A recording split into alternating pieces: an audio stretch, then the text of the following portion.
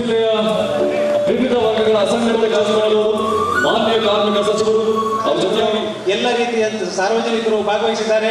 ಎಲ್ಲರಿಗೂ ಸಹ ನಾನು ಮಾಜಿ ಸಚಿವರು ಹಾಗೆಯೇ ಹಾಲಿ ಪರವಾಗಿ ನಾನು ಸ್ವಾಗತವನ್ನ ಬಯಸ್ತಾ ಇದ್ದೇನೆ. ಅವ್ರಿಗೂ ಸಹ ಎಲ್ಲರ ಪರವಾಗಿ ಸ್ವಾಗತವನ್ನ ಅಂತ ಒಂದು ಕಾರ್ಯಕ್ರಮವನ್ನ ನಾವಿದ್ದು ಹಾಗೆ ಈ ಕಾರ್ಯಕ್ರಮದಲ್ಲಿ ಎಲ್ಲರ ಪರವಾಗಿ ನಾನು ಸ್ವಾಗತವನ್ನ ಗಣರಾಜ್ಯವನ್ನಾಗಿ 2 ಬಾರಿನೂ ಮನವಿ ಮಾಡಿದ್ದೇನೆ, ಮುಂದೇನೂ ಮನವಿ ಮಾಡುತ್ತೀನಿ. ನನಗೆ ಡೀಸೆಲ್ ಪೆಟ್ರೋಲ್ ಮೇಲೆ ಕೇವಲ 8 ಆಗಿ ₹1 ಕೊಟ್ಟರೆ ಸಾವಿರಾರು ಕೋಟಿಯಲ್ಲಿ ದುಡ್ಡು ಸಂಗ್ರಹ ಆಗುತ್ತೆ.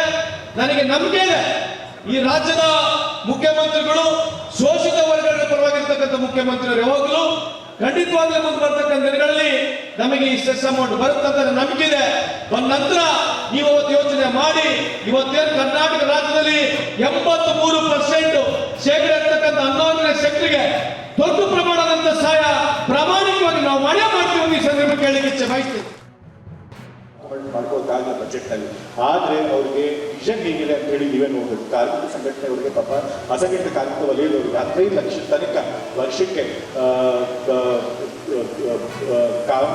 ಕಾರ್ಯಕ್ರಮಗಳನ್ನು ಕೊಡುವಂಥ ಸ್ಮಾರ್ಟ್ ಕಾರ್ಡ್ ಬಂದರೆ ಎಷ್ಟು ಜನಕ್ಕೆ ಅದರಿಂದ ಅನುಕೂಲ ಆಗುತ್ತೆ. ಎಲ್ಲರೂ ಕೂಡ ಬಡವರ್ಗದವರು ಸೇರಿದವರು, ಕೆಳಮಧ್ಯ ವರ್ಗದವರು ಸೇರಿದವರು, ಅವ್ರದ್ದೆಲ್ಲರ ಜೀವನ ಎಷ್ಟು ಉದ್ಧಾರ ಆಗುತ್ತೆ ಅದರಿಂದ ಅನ್ನೋದನ್ನು ನೀವೇ ಯೋಚನೆ ಮಾಡಬೇಕು. ಕಟ್ಟಡ ಕಾರ್ಮಿಕರ ಮಂಡಳಿ ಇವತ್ತು ಬಹುಶಃ ರಾಜ್ಯದ ಯಾವುದೇ ಸ್ವತಂತ್ರ ಮಂಡಳಿಗಳಿಗಿಂತ ಆರ್ಥಿಕವಾಗಿ ಬಲಿಷ್ಠವಾಗಿ ಅದರ ಮೂಲಕ ಅನೇಕರ ಕಣ್ಣೀರು ಒರೆಸುವಂಥ ಕೆಲಸ ಇವತ್ತು ಆ ಮಂಡಳಿಯಿಂದ ಆಗ್ತಾ ಇದೆ.